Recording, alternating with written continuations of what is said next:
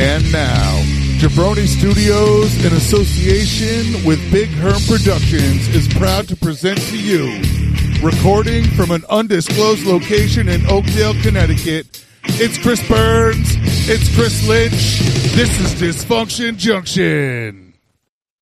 You know, this is usually the part where I say something witty or I try to be witty or I try to be funny, but there's just nothing funny about the last week. And we're going to make some fun at the beginning of the show, but then we're going to get into the meat and potatoes. Get your one-hit wonders on. We'll start at one-hit wonders, then we'll move into lawyers and porn stars and presidents. Oh, my. Oh, my. Oh, my.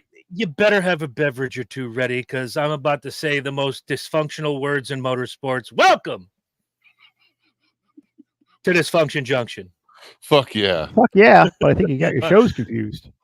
No, I did not. I did that on purpose. My name is Chris Burns. With me, as always, co-host, co-founder, co-creator, and the godfather to a wonderful goddaughter.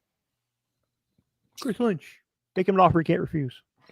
There you go. And, of course, the producer extraordinaire, the man with no hair, who got his scalp treated today, and it looks very soft and silky. It's Big Herm, Michael P.S. Herman. What is up? Let me tell you this right now. I'll tell you what's up. The Big E. If you're not familiar with the Big E out there in different parts of the world, it is the biggest, like, say, everybody has like the Indiana State Fair, the Minnesota State Fair. The Big E is like the one big state fair for all of New England. Yeah, it's like really a cool concept. Like there isn't another. There are some states where they do like a tri-states fair, or because like basically there's like the New York, New Jersey, and PA do a like a tri-state thing. Mm-hmm. But yeah, like it's all the New England states. So rather than having three tiny little fairs, they throw it together to make a big one. It's right. And it's far enough past all the county fairs that we have around here, like the Ledyard Fair, the Woodstock Fair. Speaking just for Connecticut, the Durham Fair is one of my favorites. Brooklyn Fair is always a favorite, but this one, the Big E, surpasses them all. And when I say get your one-hit wonder on, we're going to tell you, yes, you, if you choose to travel to Connecticut, Massachusetts, Rhode Island, anywhere in the 6 states that make up our wonderful New England, the entertainment you're going to see this year. So let's start on September 13th on the honor stage at 8 p.m. We have Let's Sing Taylor, which I'm guessing is a Taylor Swift tribute band. to say, is that like Trailer Swift? Maybe. Although I am going to look this up further. The girl is a thicker version of Taylor, which I like thicker. Yeah, does she not look like that I'm a demon? Does she not have that like I'm a demon posture? From this little picture, I can't tell. I will look this up. I'll get back to you. On September 14th, you have the Young Dubliners. All right. Okay. That's right. Okay. Singing you their hit song, I don't know, Whiskey in the Jar, like every other Irish band. Right. Right. Speaking of average bands, on September 15th at 8 p.m., you have the Average White Band. They're all right. They're not bad. They're not bad. They're not bad. Now, if you songs. really want to get your groove on, maybe get yourself a little Tragedy. It's the Australian Bee Gees. All right. See, that makes no sense because they were from Australia. They were from Australia. So how is this different? Well, yeah, I don't understand that. Like, you see, like it would make more sense if it were the American Bee Gees. Okay, that would be like the American Indians. I can explain this. Okay. Oh, please do.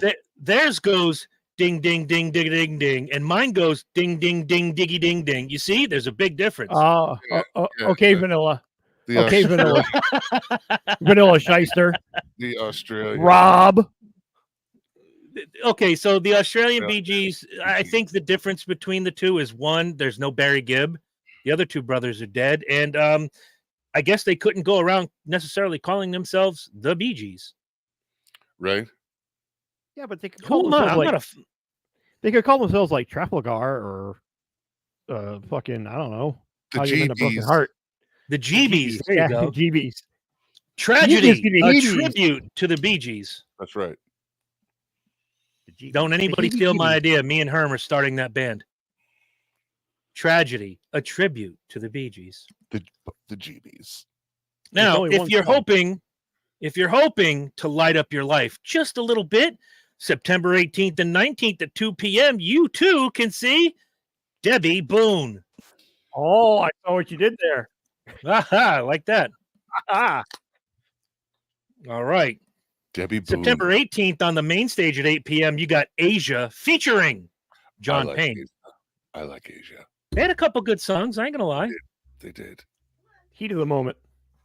It's a great Herm's song. gonna have to help me with this one because on September 19th on the main stage is Paul Russell.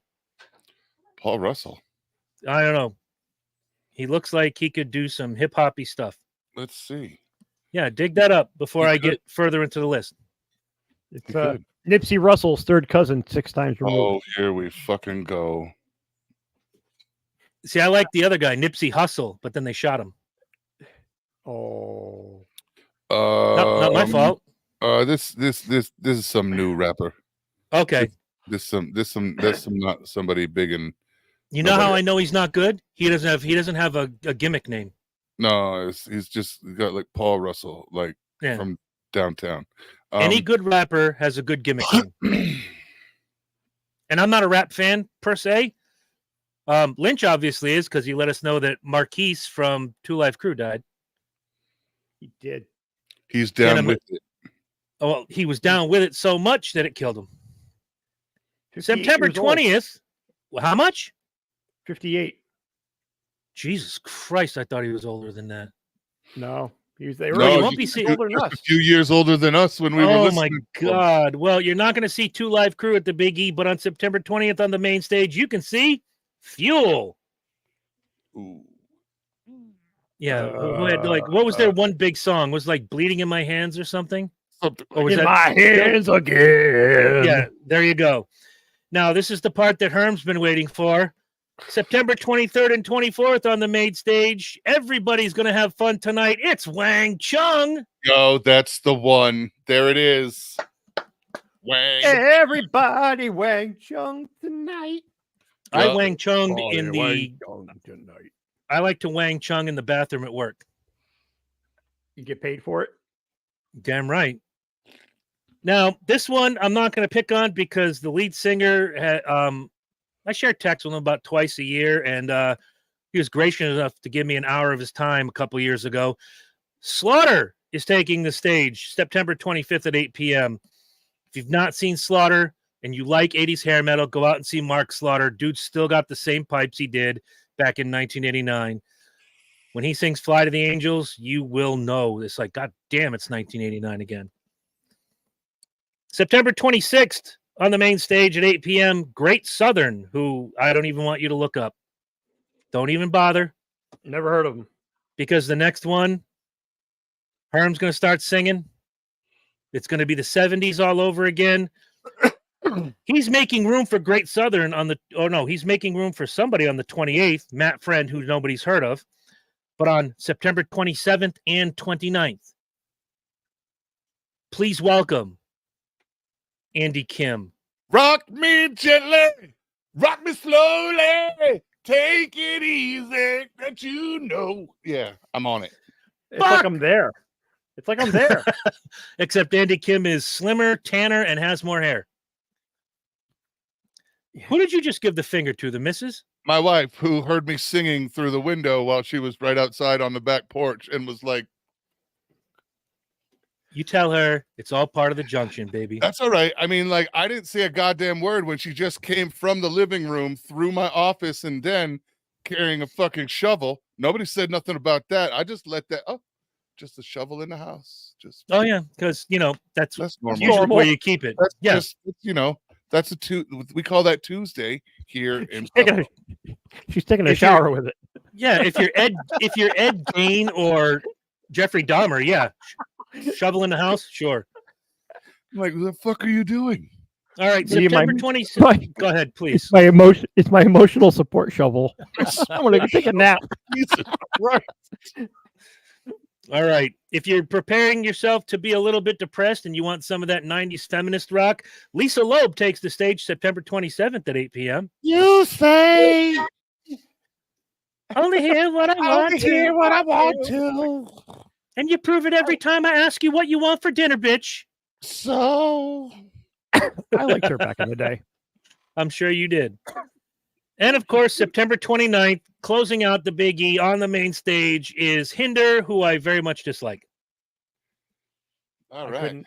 I couldn't pick them out of a lineup nor name a tune.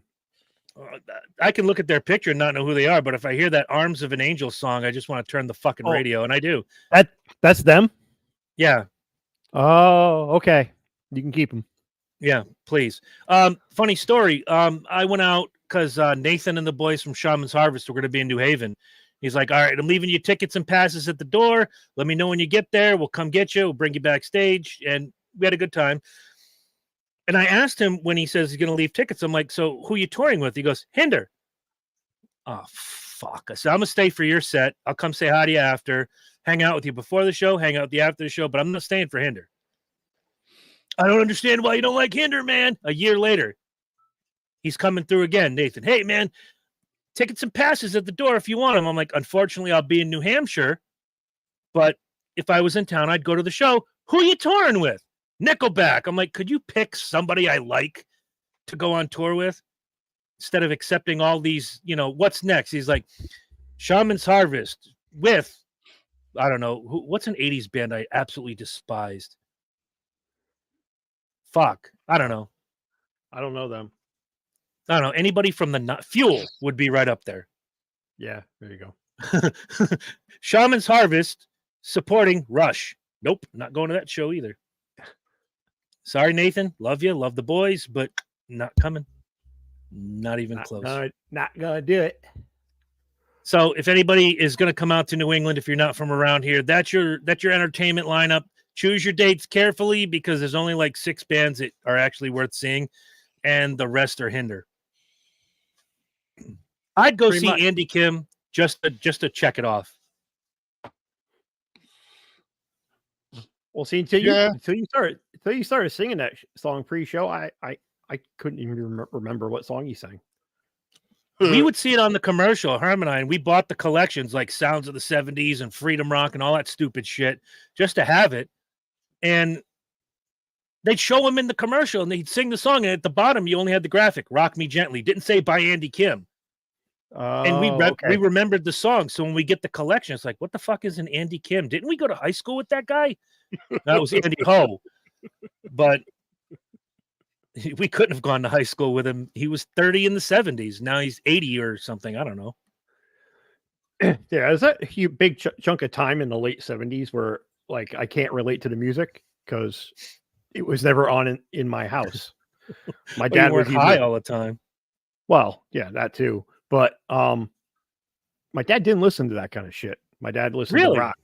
And no, he was not a radio guy. He from what I remember from like the say 76 to 79, 80 was Billy Joel, Pink Floyd, Bruce Springsteen, Led Zeppelin, and that kind of thing. He would buy albums and play the albums.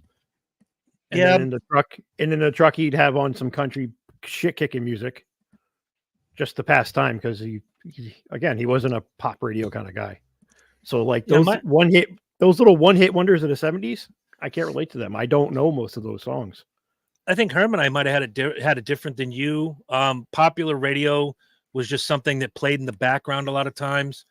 So you learned the hits, whether it would be, anything by the Bee Gees or any of those 70s tunes. There was country in there. Kenny Rogers was a huge thing. My mom is, and always will be an old Motown fan. So there's a lot of Temptations, a lot of Four Tops. But she also had, and this blew my mind, going through her record collection once. I'm like, Mom, you have Iron Butterfly? Oh, yeah, Iron Butterfly. She wouldn't tell me why she had it. I think I kind of maybe figured it out just a little bit. But if you bought Iron Butterfly when it was new, you weren't in it for the musicality, I'll tell you that. Yeah. Still to this day, can't get a confirmation. Experience. Yes. Gatlin Brothers was another big one around my house. Charlie Daniels. Did your mom and dad like Alabama? Did they listen to yes, Alabama? and no. Certain songs. My dad fucking loved Alabama. That was one of the country bands that he loved. Boys.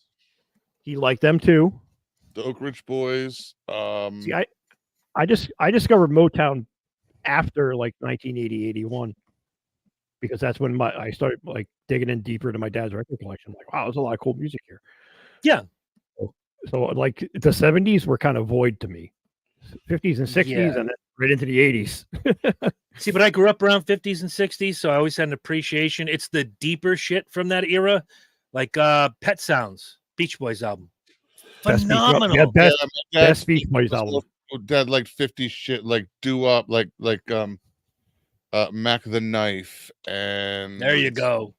Bobby Darin. Songs in that genre. He loved those. He had this series of tapes by like somebody, and it was the sounds of the 50s, and it was like 4 cassettes, and they just rotated through his truck. Yeah, and it would go year and do a little talk. It was like Big D 103, the some, you know what I mean? And there was a guy who would talk about each group and about the song. Yeah. That was actually, if I'm remembering correctly, that was a famous radio station out of New York, and they made vinyl albums. Yes, of them doing that, and that's right. It's exactly what it was. It was making a recording of like shows that type of show. There was talking, a lot more talking. There was no news, weather, and temperature. It was just talking about the song, and this song was 19. There's a little interesting story.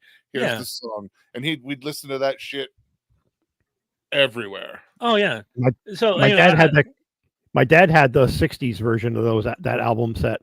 It was like 6 records and it covered from 60 to 69. And I remember those. I probably still have it in the basement somewhere. That's awesome. Yeah, I love those things. So before we wean completely away from the Big E and music and sounds of the 70s and Big D 103 and things like that, one question, make it quick, get it out of your system. Was there one song or artist that mom or dad ever played for you that you just wished you could take the 8-track cassette album and throw it out the window as far as you could?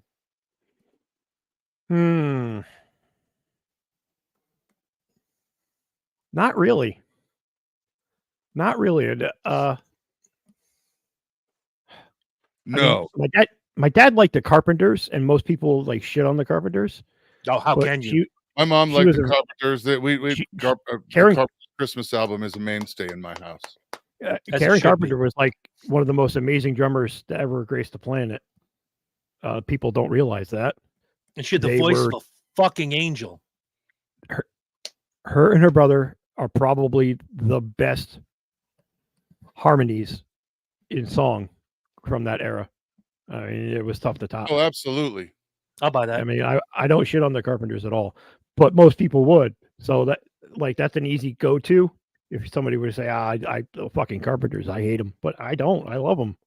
There's really not any music from that era that I despise, other than some of the like grassroots country stuff that was popular. So I dug some of that shit. I dug some of that shit, like Boxcar Willie and some of it, yes, but some of it is just like, I just want to eat a bullet at the end of the song because it's just so fucking depressing.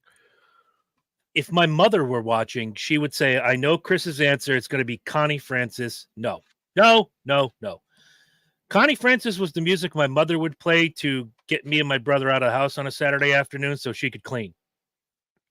So you're doing your thing. You're watching wrestling. You're playing G.I. Joes or whatever. And you hear that Connie Francis music start playing. It's like, motherfucker, we got to get out of here or we're going to have to listen to this all fucking day. Right. And if it rained on a Saturday, screwed. Lock yourself in your bedroom, play Hall & Oates, and just suffer. Whoa, here she comes. But I got 4 words for you. And anytime I hear this woman's name or these 4 words in tandem, I want to just absolutely eat a bullet.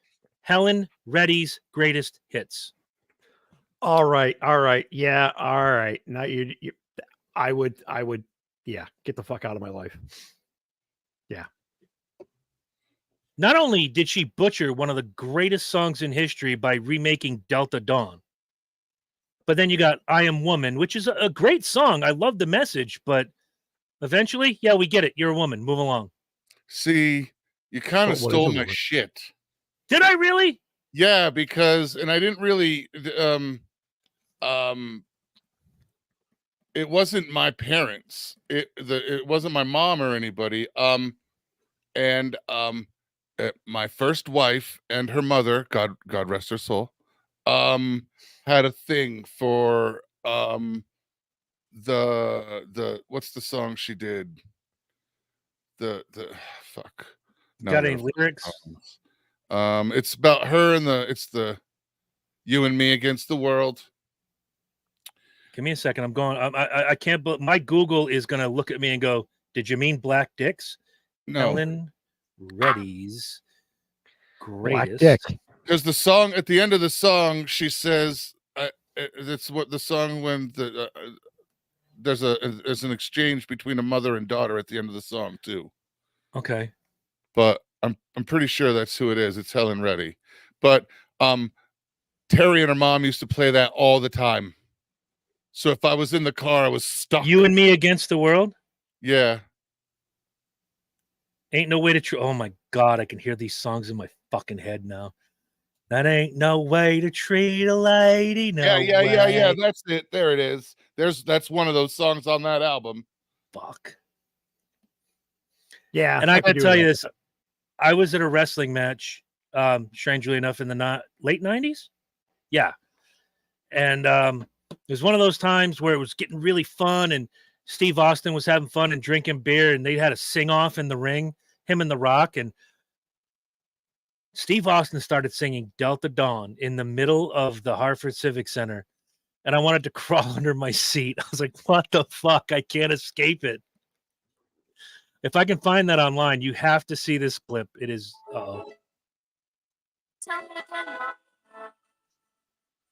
It's not coming through, bro. No. It is now. You and me against the world. Sometimes it feels like you and me against the world. That song. I know them all. Look, That one. I'm sure millions of people, much like Nickelback, much like a lot of other things, whether it's ranch dressing or ketchup on a hot dog, millions of people love it. I just think Helen Reddy, if I never hear her again, I'd be happy. Yeah, I don't really know of I mean, the only song that is, she did the Pete's Dragon stuff. Never liked that movie. I liked Pete's Dragon. I liked it. That was a good movie.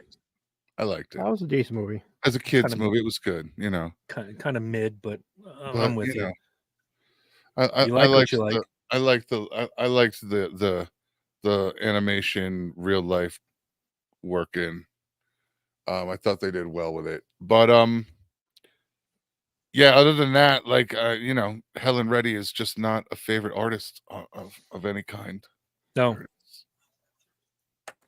Anybody who says they like Helen Reddy is either old or lying.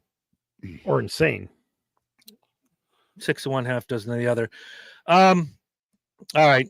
Let's get to the meat and potatoes of the matter. So this past Thursday, was it, or Friday? Doesn't matter. It was at the end of the week. Former President Donald Trump convicted on 34 felony counts in New York State. I have a lot of questions regarding this. I'm actually trying to look up the list of the counts, and no news site I can find will show the 34 counts. But I don't think any of the questions. news sites have the 34 counts. Well, They know generally- that they know there's 34 counts, and they're all basically the same count. They're all basically the same level of fraud, to commit fraud in the committance of a primary crime. Well, here's a couple of questions I have, and you guys know I'm not a Trump fan, nor am I a Trump hater. I'm not a Biden fan, nor am I a Biden hater. They both have their issues, and they could both slide through their assholes and hang themselves tomorrow, and I'd be happier for it. It means I don't have to vote for either of them. Not that I have to. I can write in my vote, and I've already decided who I'm writing in. Here's my question. All the news outlets that I've looked at, even some of the, far left and far right, are saying that they were felony counts. But if you walk this back and do the math, this has to do with the hush money case from 2016 while he was running for president, from something that happened in the mid 2000s.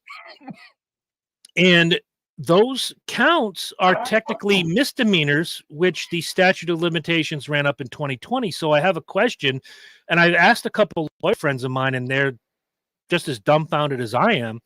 How does this get to the felony level in a New York courtroom? They've explained this on the news several times. I've not heard this. Here's what happens. All right. He's got all of these. Basically what happens is there is a second crime of a different type that was being facilitated when all of this took place. Okay. What makes it to remember I told you that the jury had this 3-step process they had to do to get to guilty? I had heard that. All right. So they first have to decide if the fraud would happen. Then they had to decide and go back through everything and look at each count and discuss it and see if something else was technically a crime, if that was happening. And if that does, then you get to guilty. But basically what happened is you've got all these smaller things, but unfortunately there was another crime of a different type being happening when these went on. So it's like committing fraud while committing fraud. So it's the way it stacks and legally, that's how it gets to the felony.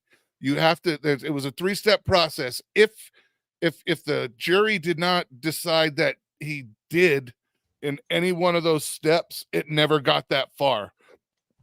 But it's what it is. They all happened during the committance of another offense. And that, like, New York, is what stacks it as a felony. You fucked up while you were in the middle of fucking up, and now it makes it a bigger crime.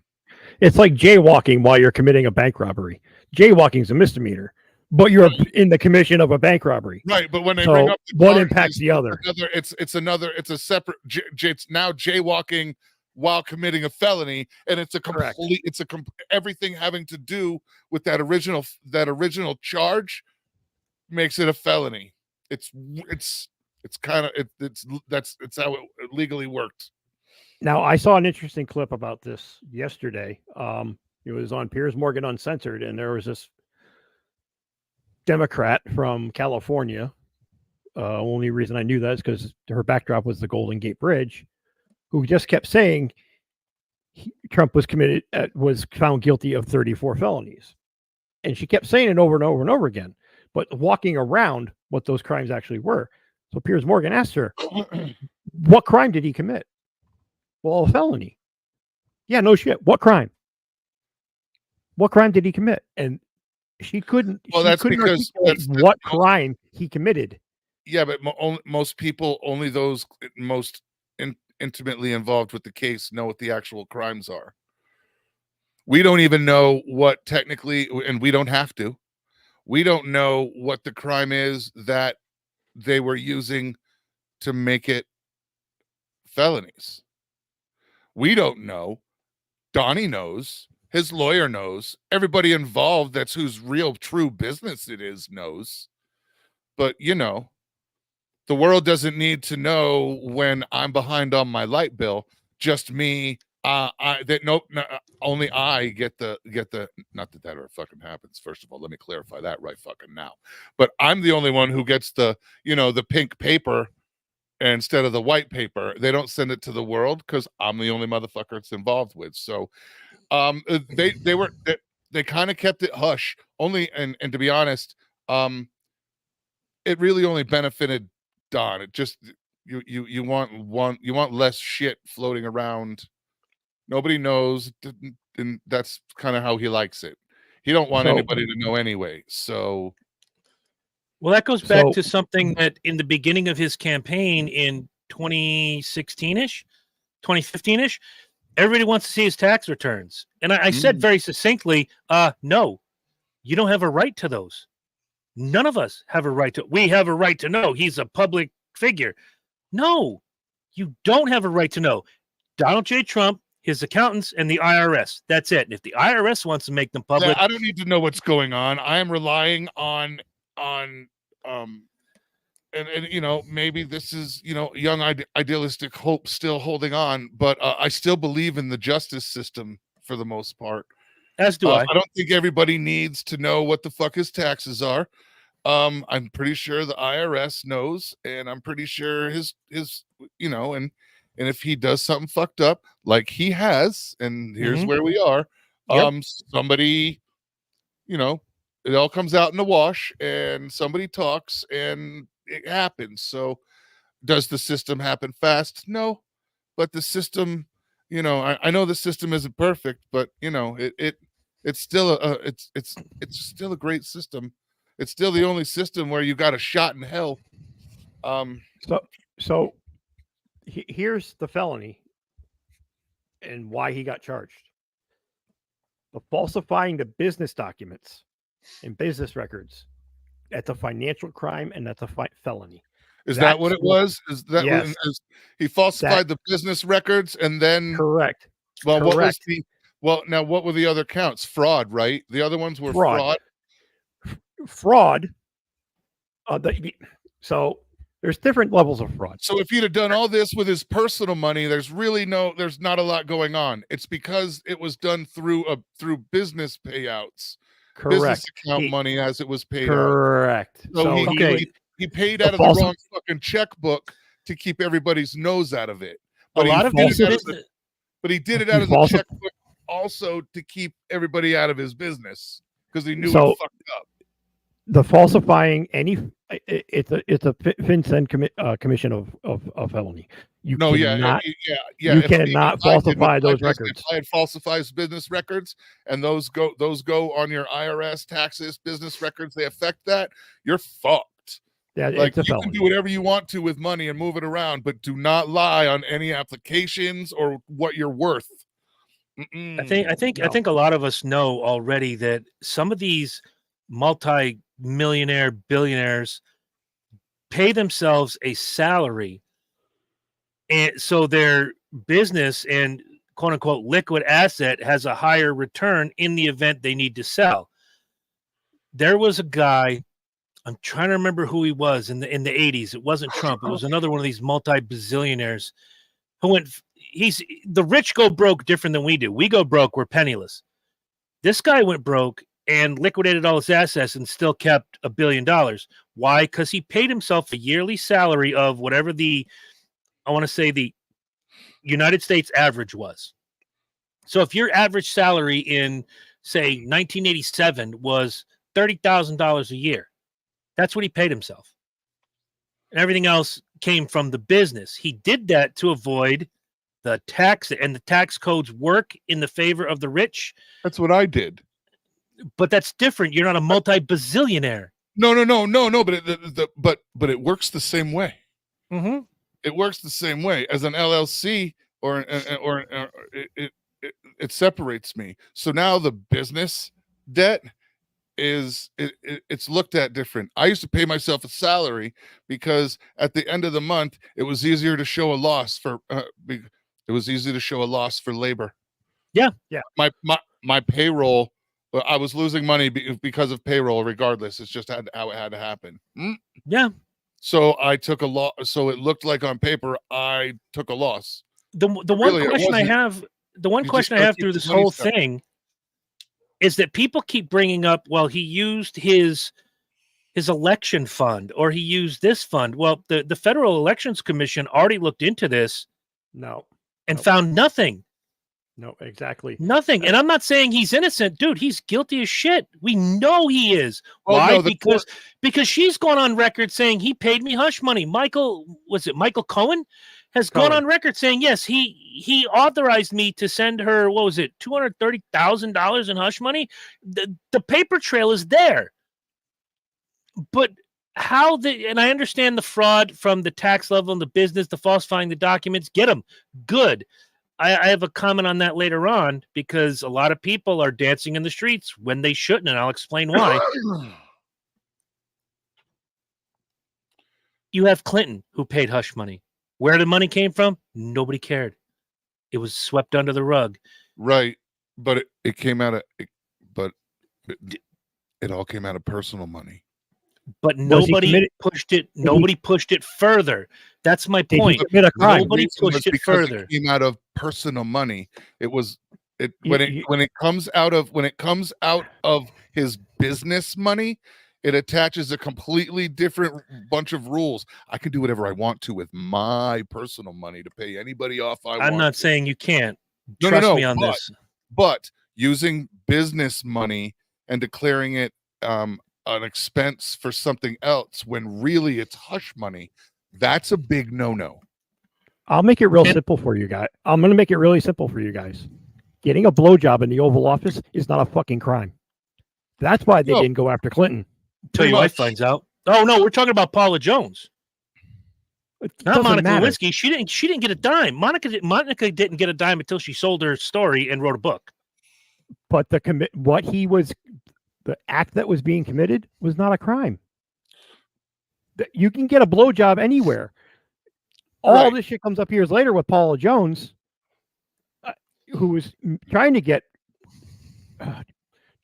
pollute Lewinsky's mind, basically into believing her story. And Paula at the Jones end of the day, manipulated. At the end of the day, out of her. There's still no crime. Right, Bill Clinton getting a blowjob is not a crime. I didn't pay her for the blowjob. After I got the blowjob, I did give her some nice things. It was a great blowjob.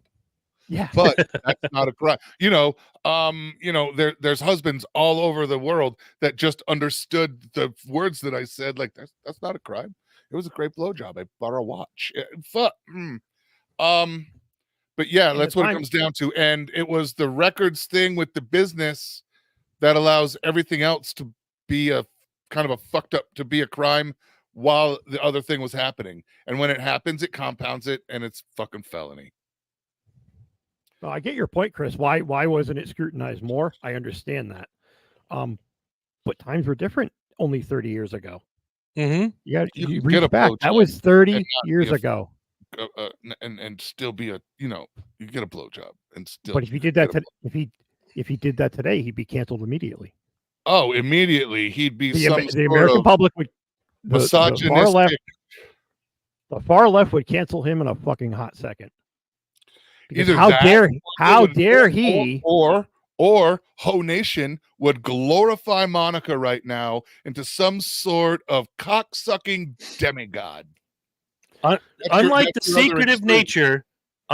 secretive nature of hush money payments, there are text, not text messages, text like actual pages. Right, actual like paper. Of an agreement between Clinton and Jones showing Clinton paid $850,000 to end the civil lawsuit and continue to deny any wrongdoing. Settle out of court.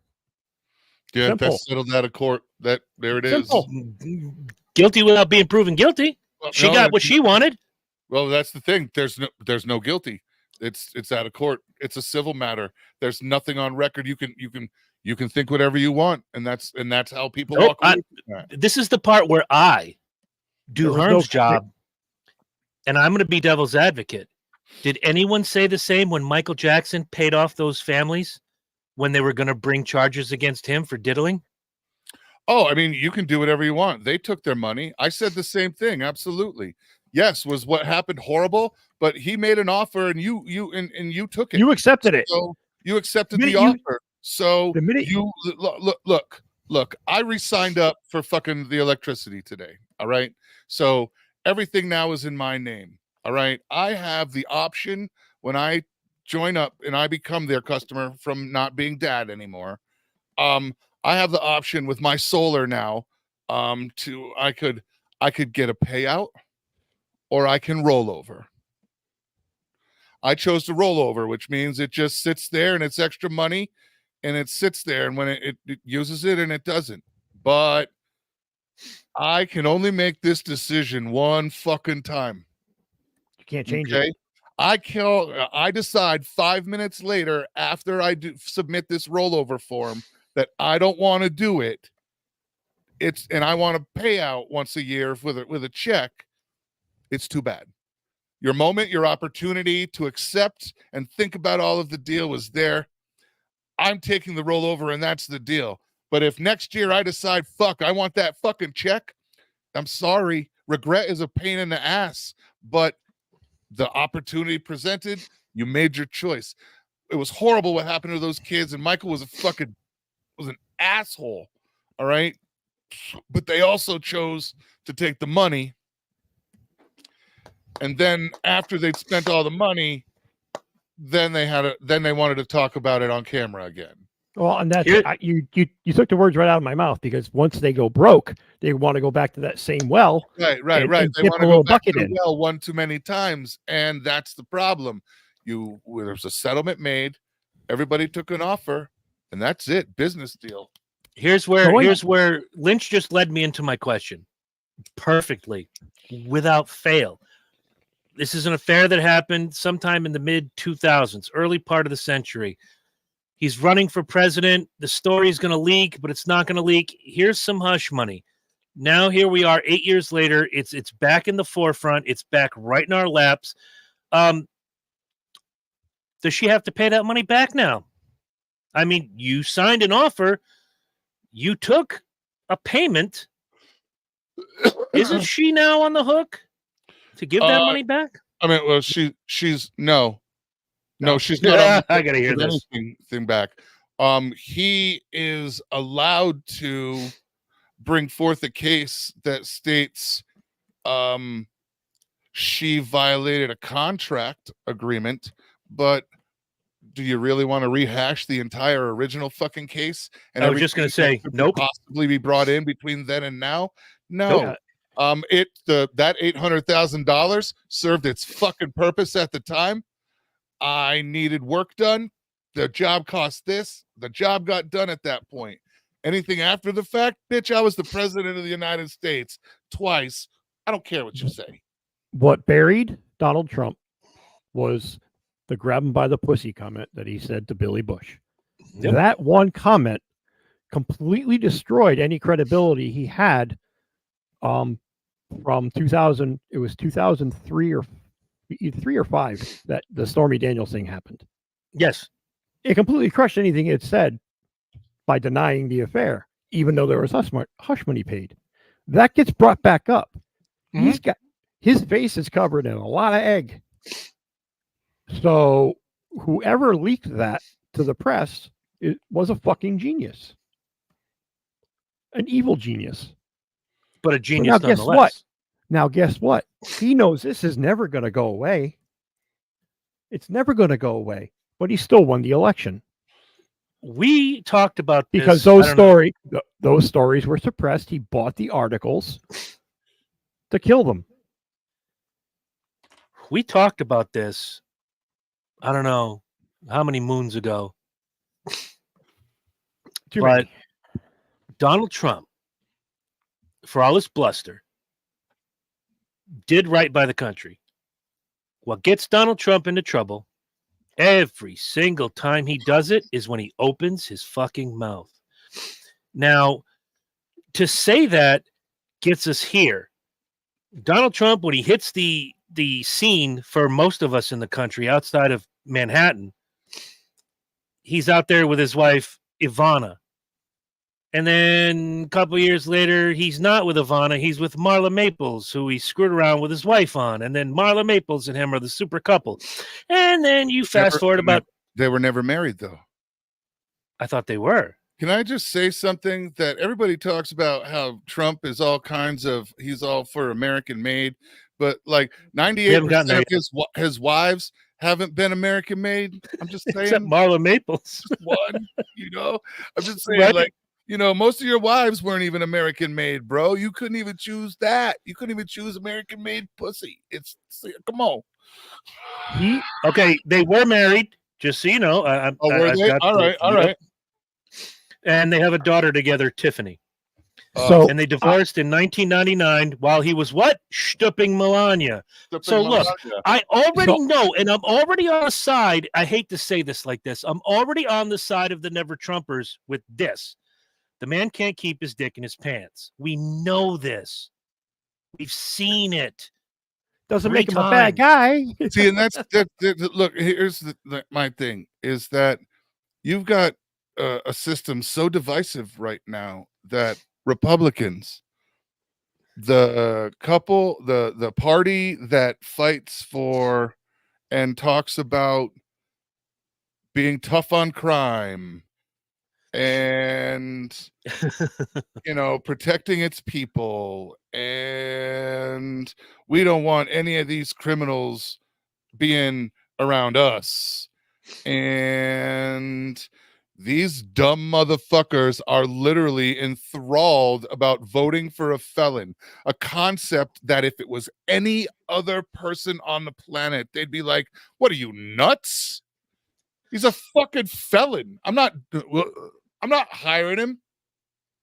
You know what I mean? Guys, start looking at that like you're going to hire him for a job. Yep. When you start looking at it, hiring him like you're hiring him for a job, he's not a good candidate. He doesn't stay anywhere well. He doesn't stay anywhere a long time. If I run a bank, the last thing I want on my staff is someone who can embezzle $500,000 in the blink of an eye and not leave very much of a paper trail. Right. So I get where you're going, and trust me on this. When I say this, I'm with you on this. I'm not trying to convince you. I'm agreeing with you. No. Like, there's like, but there are people out there who are going to say, "Oh, well, you guys are playing awfully soft on Trump." Listen, when it comes to the three of us, we read more than and we listen to more than just Joe Scarborough. We're looking at different angles. I don't care what his name is, Trump. That's I have to call him that. That's his fucking name. I'm looking at the material of the person. I'm looking at a series of behaviors. I'm looking at things that my gut has for 50 years not told me wrong.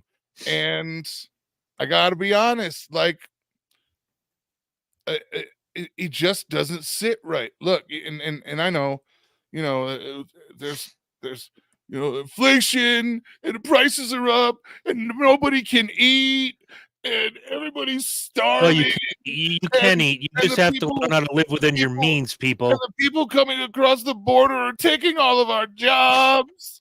And it's not, look, it's first of all, them people that are coming across the border ain't coming for your job. They're coming for doing the jobs that none of us want to do. Because that's their bottom rung. Well, that's middle rung for them. It's at least fucking income. Well, that's what I'm saying. But for us, it's bottom rung. For them, it's income. It's steady, and they can count on it. Is it hard? Yeah, but at least they're not doing it for nothing now. Right. So they're not coming to take your fucking assistant manager job at Chili's, bro. And if they are, they're starting out in the fucking dish pit to do it. That's it. Look, what they did for a pittance in Guatemala, they can make a decent living here doing. I'm not against immigration. I'm the guy who says vet them, do it the right way. If you sneak in, you get caught, go home, peace. But now I'm seeing a lot of stuff here with the election coming, like Republican. I'm conservative Republican and also apparently redundant. I'm a liberal Democrat. Right. That's the whole point. That's what it means. I'm a brown tan. It's what? I'm a Caucasian white guy. You know what I mean? nice they're throwing stuff about it's just you definitely.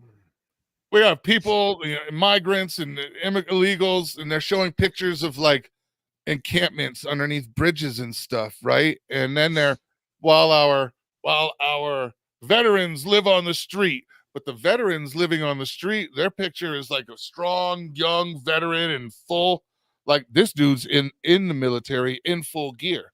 Okay, like his t-shirt is BDU. They're not showing a true picture. No. So my question, like I looked at Jen the other day and I'm like, I don't see, just from my experience here, that the problem is that the picture they showed with that encampment under the bridge, how many of those are drug-riddled veterans that have went way past all of their options for help and still have it if they go somewhere?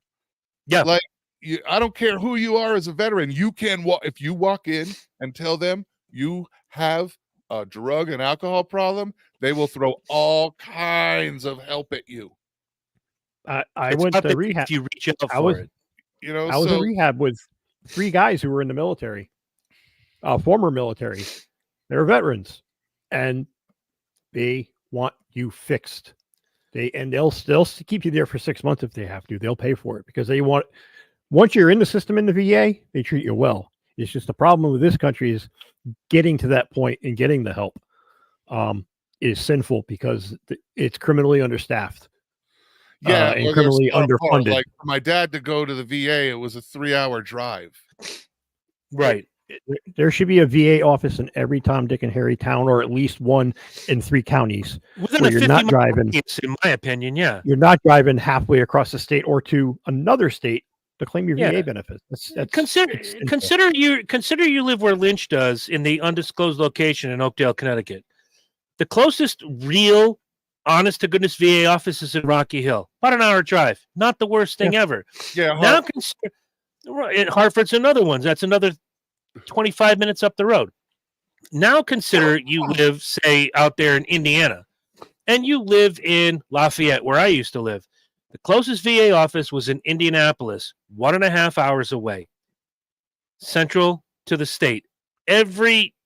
For benefits, for things like that. There were VA satellite offices, but where you had to go to do your benefits or your doctoring or what have you was centrally located in Indianapolis. Now, again, it was for my dad. We're down here, and it was up above Denver, so it was 3 hours just driving. Just to go to see the doctor. Yeah, that shouldn't be. That should not be. But there's a dispensary on every fucking corner. Right. How about we put the dispensaries a little further out? No offense to you 420 folks, because I like you. I like all of you. I'm gonna draw a line in the sand here. Yeah. No, only reason being is that the VA is government funded, and those cannabis shops are private businesses.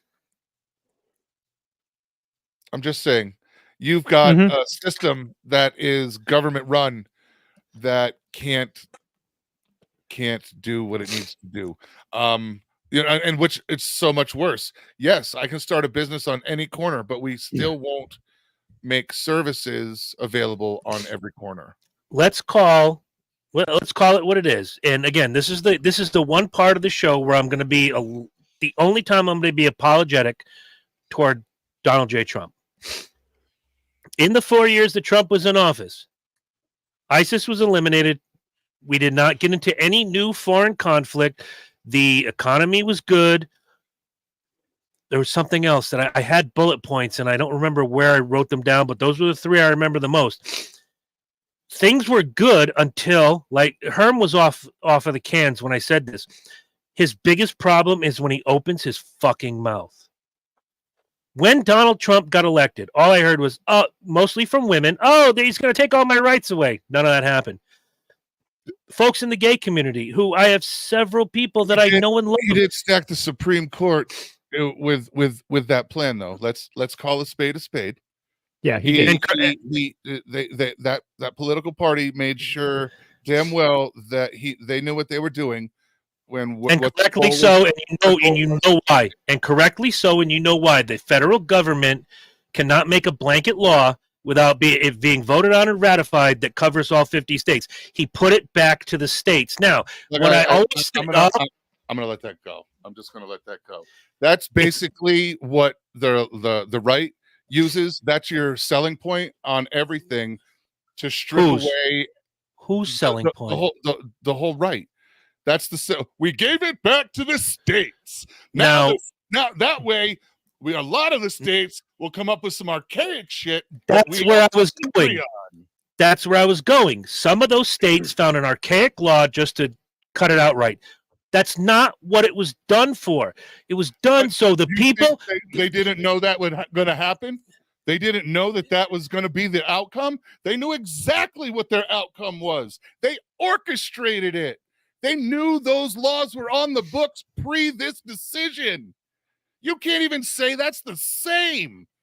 I'm not saying it's not the same, but if you'll allow me to finish the point of it was, and this is where the only time I'm going to give Donald Trump credit. He said it so many times. I want to give the power back. He's not necessarily what I would call a regular private citizen. If Lynch ran for president and Lynch was elected president, he knows what it's like to be one of the people. Donald Trump grew up with buku bucks. He knows what it's like to be a person, but he doesn't know what it's like to be one of the people. He said, they're not after you. They're not after me. They're after you. I'm standing in the way. Giving the states back the opportunity to vote on it, where places like Arkansas fucked it up, where places like Arizona fucked it up and found some archaic law from 1862 and said, oh, look, now that it's back in our hands, that's not what it was meant for. It was meant for to be voted on, ratified, and made into law. But these states, being the backwoods, inbred, hillbilly bastards they are, took that power away from the people. 1,000%. And I'm not sitting on either side of this fence here. I'm saying that the way it was done was to say, okay, this was never in the Chris, take your pill. It was never a constitutional right. Show me in the Constitution where it says abortion. I'll eat a copy in front of you. I hate people that say that and use that in their argument. I will argue pro or con, but don't say that. You're going to discredit anything else you tell me. It was not in the fucking Constitution. Correct. Now, if you choose, and I've always said this, I don't like it, but I don't have a say in the matter. If you get pregnant and you wish to abort, please don't make it in the 9th month. Please try to be respectful of yourself and to the just be respectful of the thing gestating inside of you. Okay. But what these states did in the overturning of Roe was they went hillbilly. They went backwoods. They went so far, a century or more in some cases, and said, nope, here it is right on the books. You can't abort your baby. That's not what it was meant for. Giving it back to the states was right for you, the people, to have your voice. And guess what? As much as I hate to say it, because I believe in the American system, I campaigned for 2 presidential elections, and I believe in the system. What these states are doing and what's happening now, there is no power of the people ever. It doesn't exist anymore. And I'm fucking tired of it. It just shows you what the true motive of your home state is, what the lawmakers there are thinking. You don't think they were salivating at the opportunity? They knew this. They had plenty of advance notice to do their due diligence and gather this together.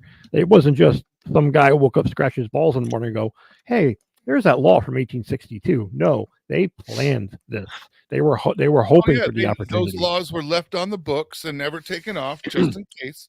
Like a blue law.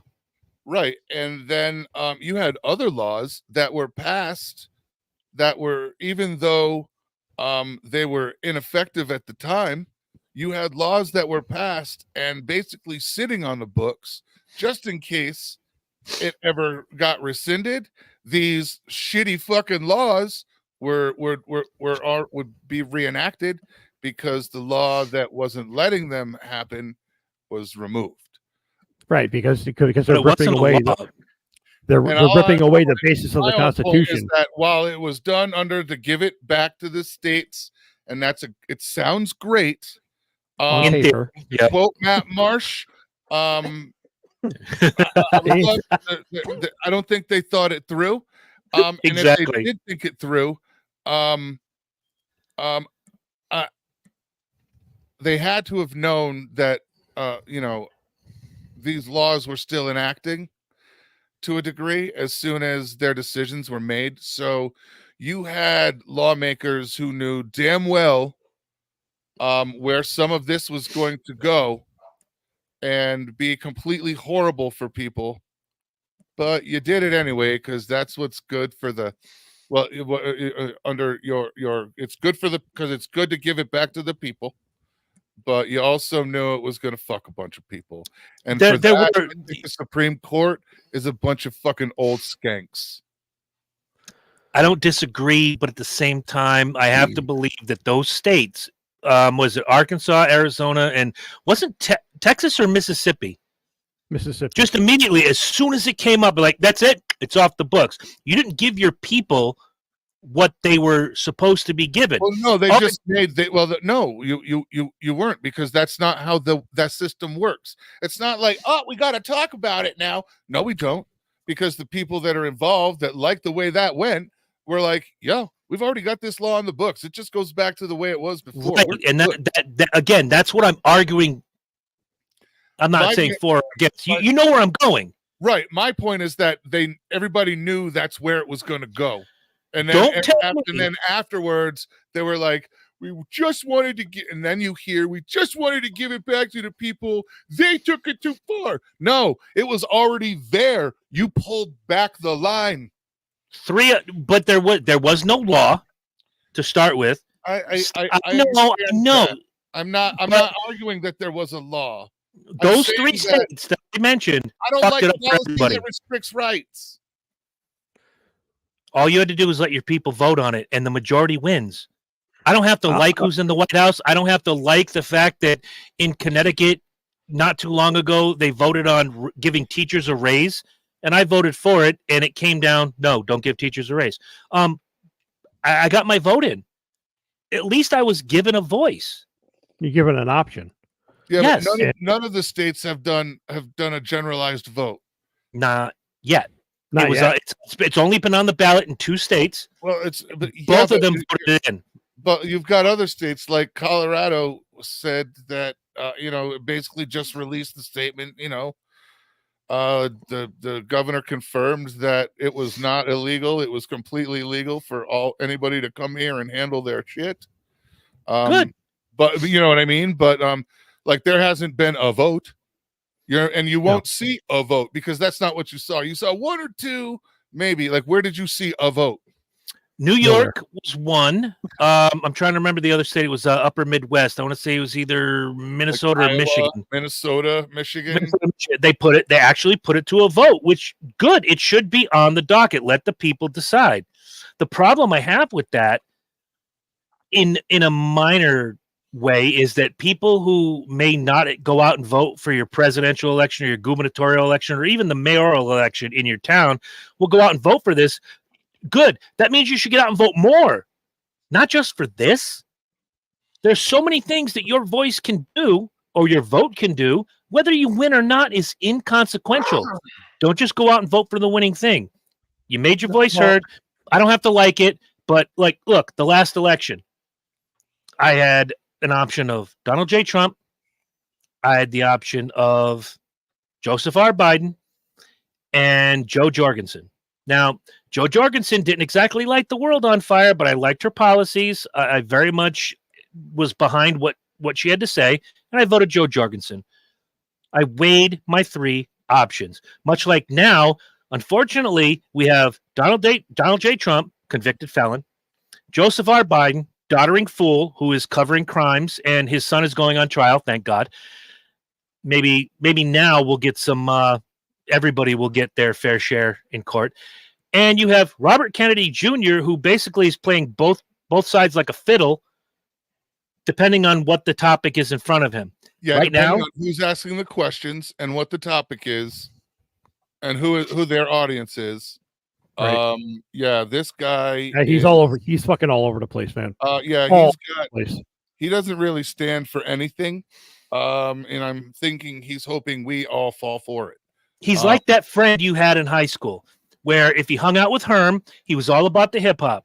And if he hung out with me, he was all about the wrestling. But if he hung out with Lynch, he was all about the monster movies. He played the room. Yeah, Right. or like a girl, or like a woman that changes everything she likes every time she gets a new boyfriend. Exactly. You know what I their mean? entire personality. Right. It's her boyfriend is her entire personality. She's a racer girl now. Then she's a gamer girl.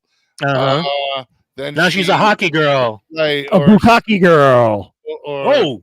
Where do I find one of those? You know what I mean? She's a foodie girl, or and I feel that's what anal girl is, he's very much just emulating who his group is, and I don't feel he's gonna get anything done of any kind. If you get a chance in the next couple weeks, I know there's a debate coming up.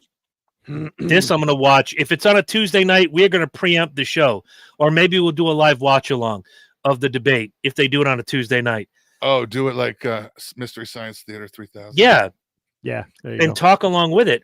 Oh, I can pump it right up on a do it, and we can do it. Watch in the next few weeks.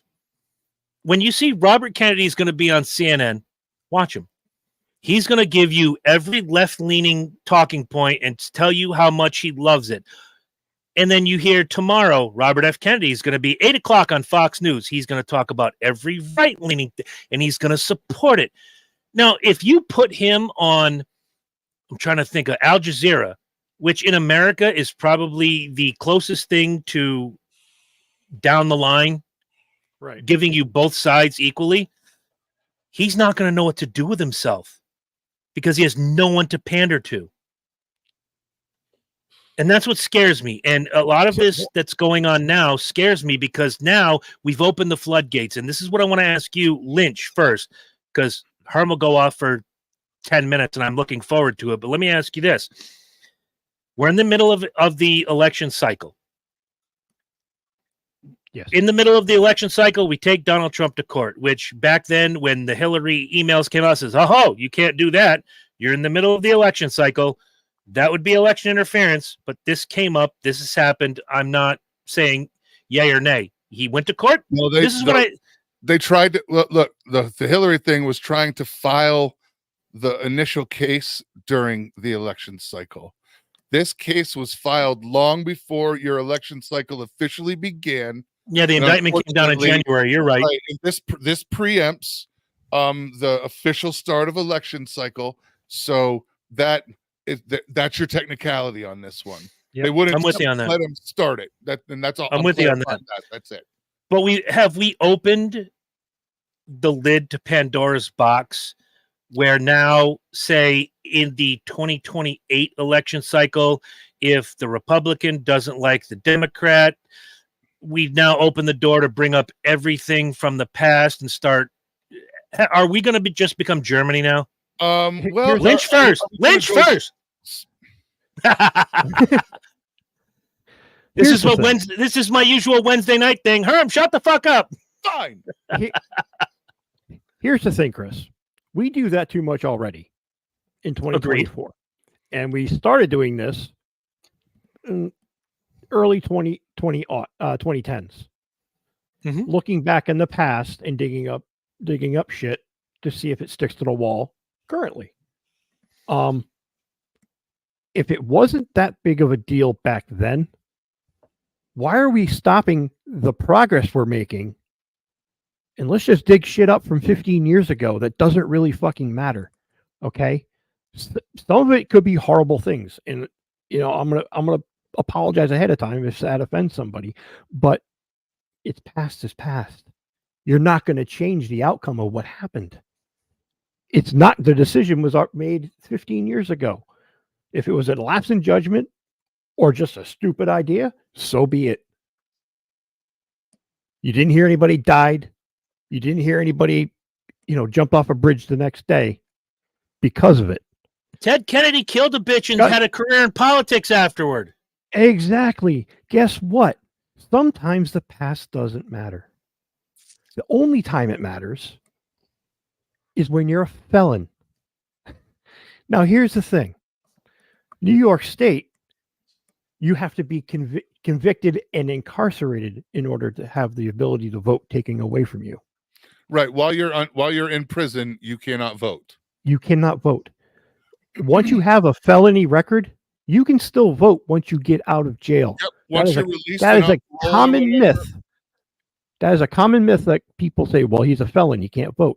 He's out of jail. He most certainly it was can amazing. I had this argument with one of my teachers from school, and he's a felon, he can't vote. And I'm like, look, they didn't understand how shit worked. And I was explaining how the system worked. Well, he's gonna go to jail. Look, he's almost 80 years old.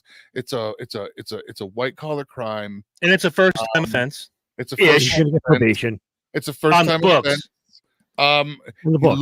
Look, honestly, I think, just to prove a point, just because it would just take him down a hair, I would like to see a very short period of house arrest.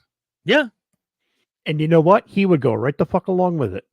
Mm-hmm. If that's house arrest, look, here it is. 3 months house arrest. You can't do anything from there it is.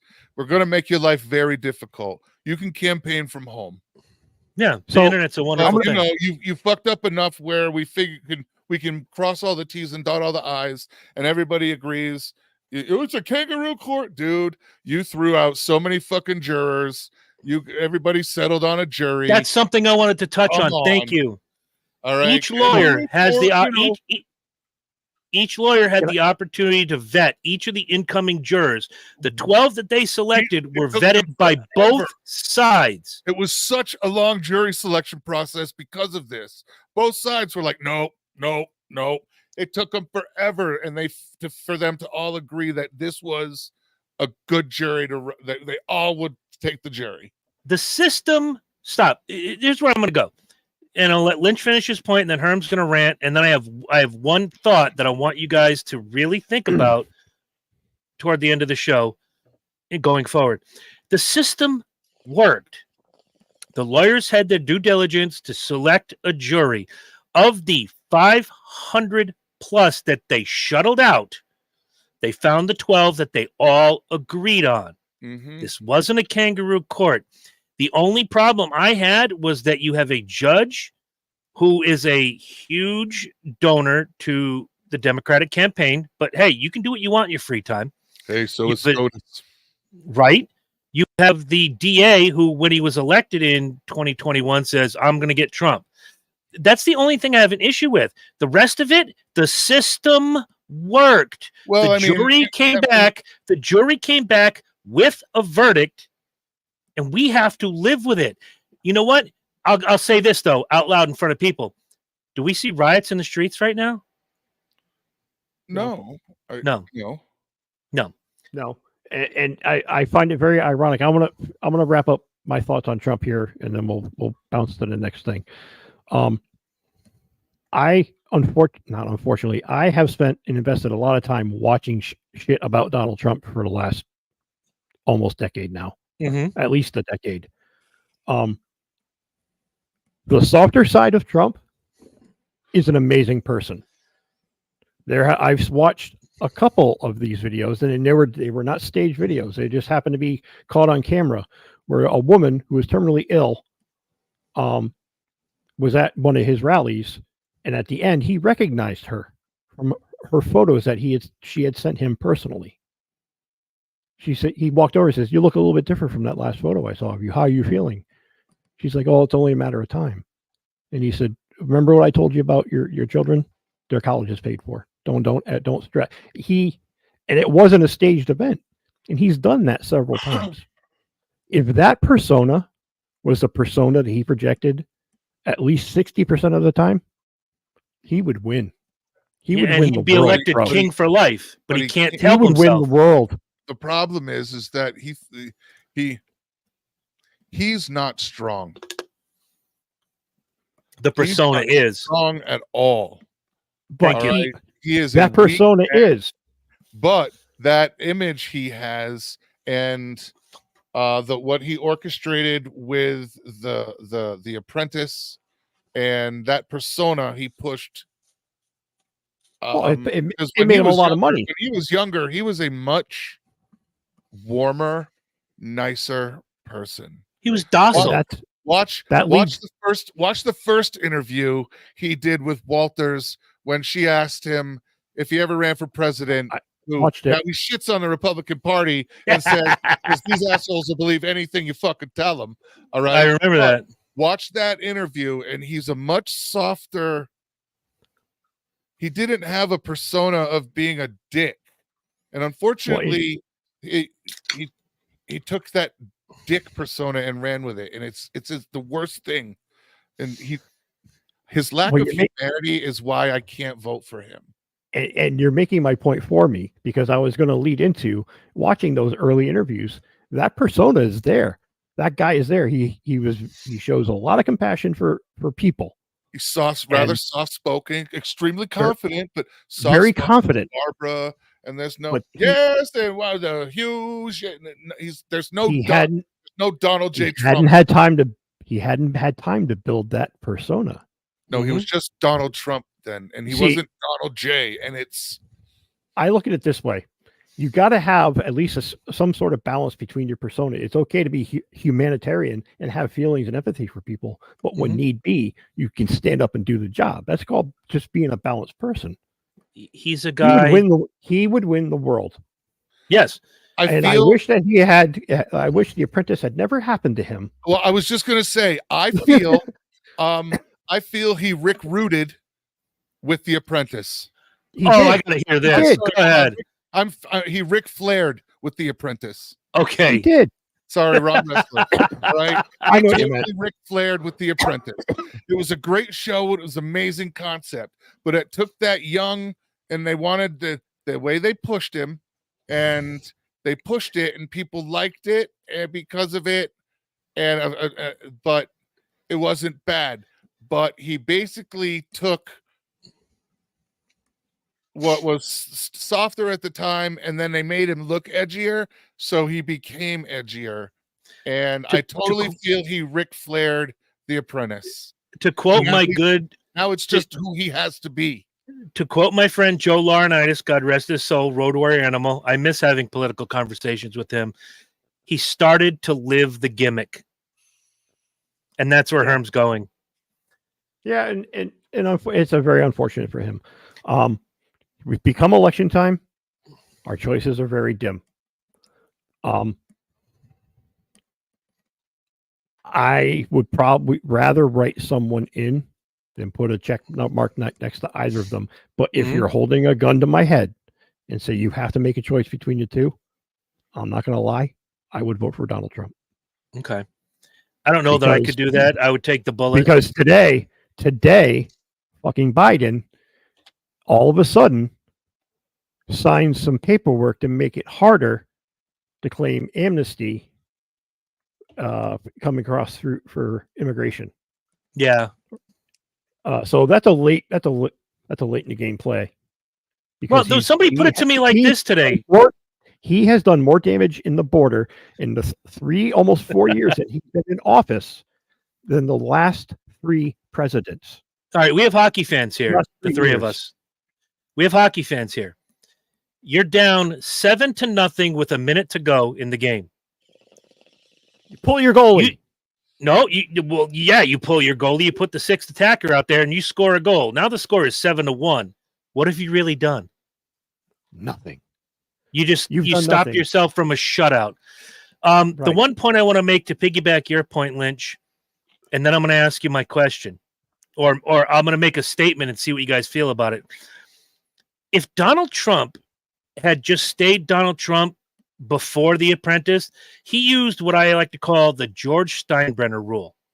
If you ever read the book about George Steinbrenner, for years, the Red Sox have this thing called the Jimmy Fund that they do every year. And every August and every September, they raise a whole bunch of money. And when the Yankees come to town, George would pick up the phone and call the head of the Jimmy Fund and go, "How short are you?" "Oh, we're about 1.2. All right. I'm writing a check. I'm sending the money. However, and this only came out in his book 2 years after he died, or the book about him by Lee Montville. I don't want If anybody to know where the money came from. If you tell anybody I've done this, I will never send you another dollar. And he did this for 37 Right, because Steinbrenner years. was a complete, to the rest of the world, Steinbrenner was a complete hard asshole. And he didn't want to fuck that up because he had a heart the size of Texas. He needed that in order to run his baseball team. Okay. However, it's a business. He needed that persona. However, it doesn't Instead, the difference is Trump holds a press conference and announces to the world how great he is with this huge check. Oh yeah, I took a shit. It was the biggest shit. It was the hugest shit. It was better than any shit I've ever seen. It was not made in China, right? This is not some made in China shit. This is American made. It's Steinbrenner was really generous with his money. Absolutely. Behind the scenes and quiet. So that if he had just gone that route, Donald Trump, and not created this tough guy above the law, we found out last week he's not above the law. We got this. If he'd have just stayed quiet and said the things that he needed to say and did the things that he did for the country, I agree with both of you. He'd probably be voted king emeritus of the entire planet, and until he died, he would rule supreme over the entire planet. Here's my comment, and I want to see what you guys think, and this time I am going to start with Herm. What this trial did was proves that nobody's above the law, not even the former president of the United States. The second part is where I want to hear what you guys have to say. The second thing this trial accomplished basically just gave Donald Trump, whether we like it or not, the presidency, because all the crazies are going to come out of the woodwork and vote for this guy just to stick it up somebody's ass. Herm, your thoughts? Well, I mean, I gotta have hope. Nothing wrong with that. I know there's got to be a lot of people like ourselves that really aren't sure who to vote for and are relatively law-abiding citizens, the occasional misdemeanor here or there. Sure, why not? Serious, a traffic ticket, speeding.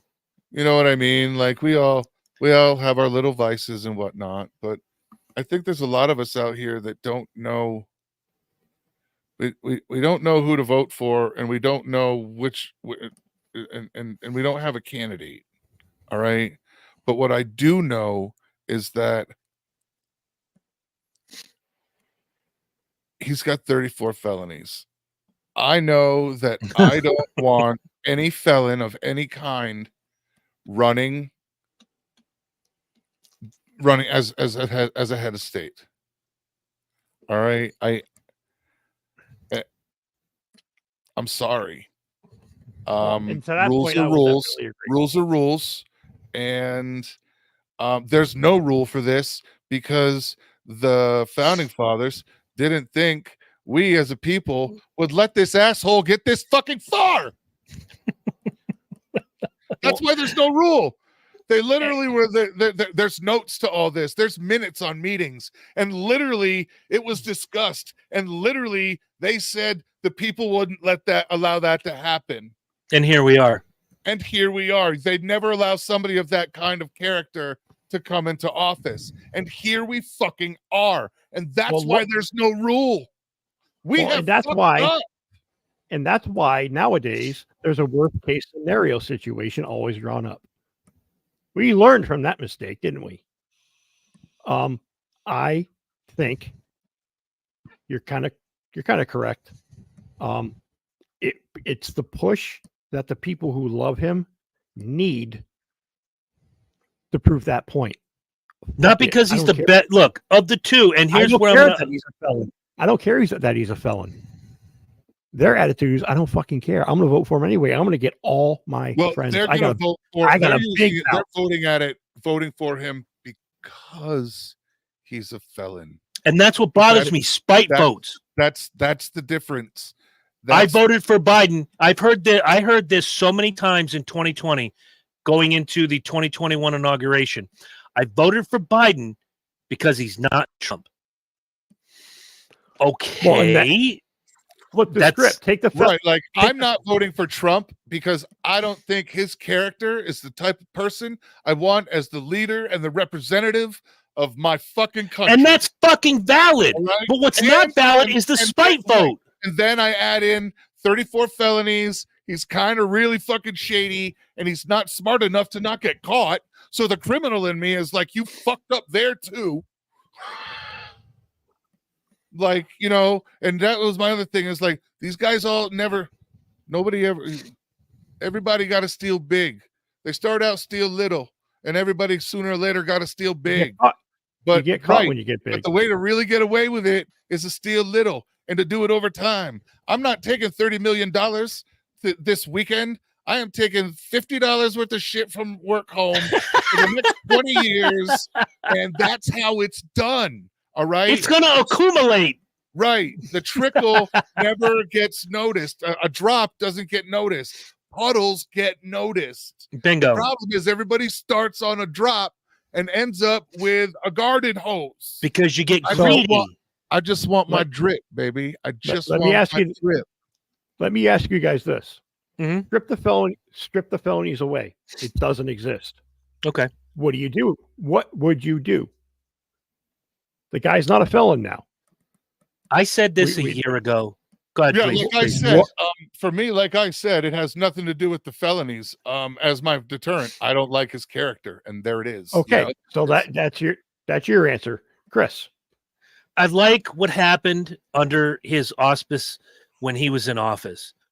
I liked that the economy did well. I liked that we didn't get involved in any new foreign conflict. I like the fact that he eliminated ISIS, which 2 previous presidents could not do.